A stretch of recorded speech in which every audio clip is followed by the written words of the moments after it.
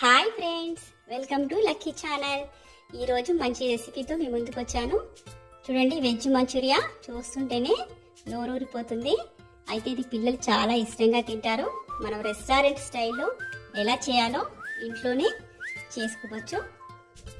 అయితే దీనికోసం cabbage, cauliflower, carrot వీటికి జొన్న పిండితో కలిపి చేశాను. ఎందుకంటే ఇది పెద్దవాళ్ళైనా తినచ్చు, అందరూ తినచ్చు ఇంట్లో చక్కగా. అయితే దీనిలో ముందుగా క్యారెట్ని, కాలీఫ్లవర్ని ఇలా తురుముకొని ఇందులో కొద్దిగా జొన్న పిండి వేసి మిక్స్ చేశాను.